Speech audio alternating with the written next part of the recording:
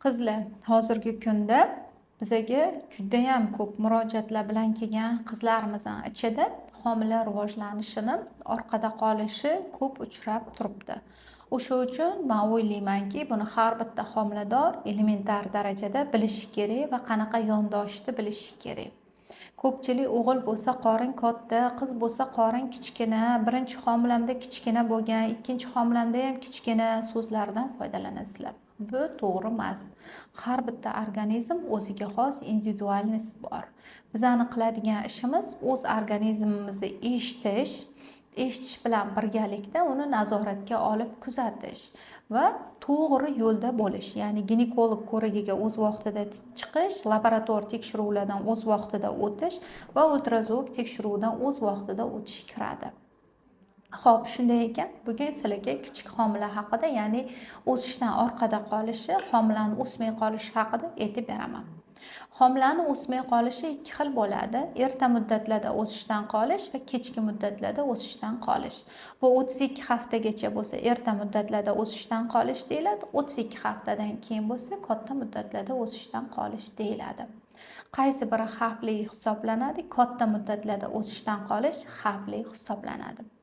Sababi bunda shundan iboratki, bola qancha katta bo'lavergan sari yashovchanlik qobiliyati shunchalik tushib ketadi. Ya'ni kislorodga bo'lgan talab yuqori bo'ladi.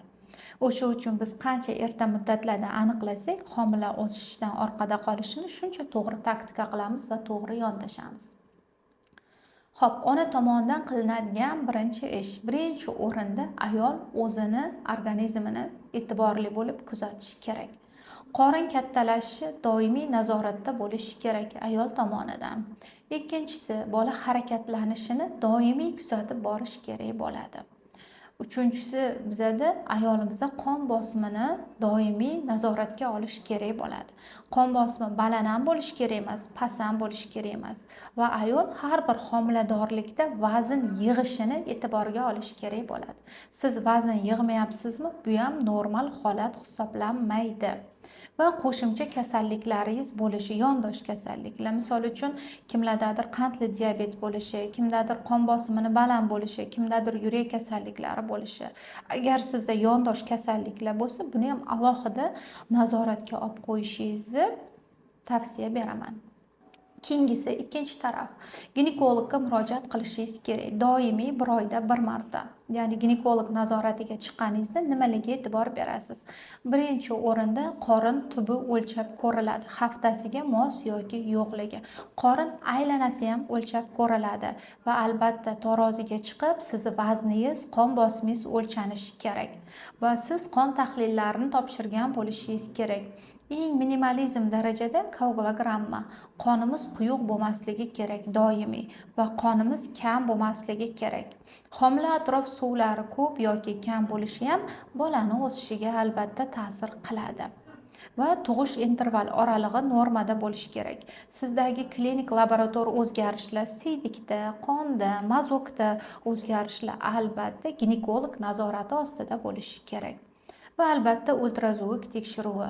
Ultrazvuk tekshiruvida aynan bitta mutaxassisga, bitta ultrazvuk apparatiga murojaat qilishingiz kerak va dinamikada bizada tekshiruvdan o'tib turishingiz kerak bo'ladi.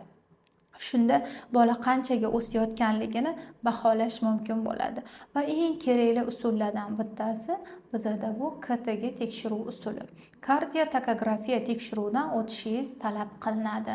Bunda bachadon qisqarishi, bolani yurak urishi bir-biriga nisbati olinadi va shunga qarab turib sizda qanaqa o'zgarishlar bo'layotganligi, bolani qanaqa o'sishi to'g'ri baholanadi va to'g'ri dori preparatlarini tanlash kerak bo'ladi.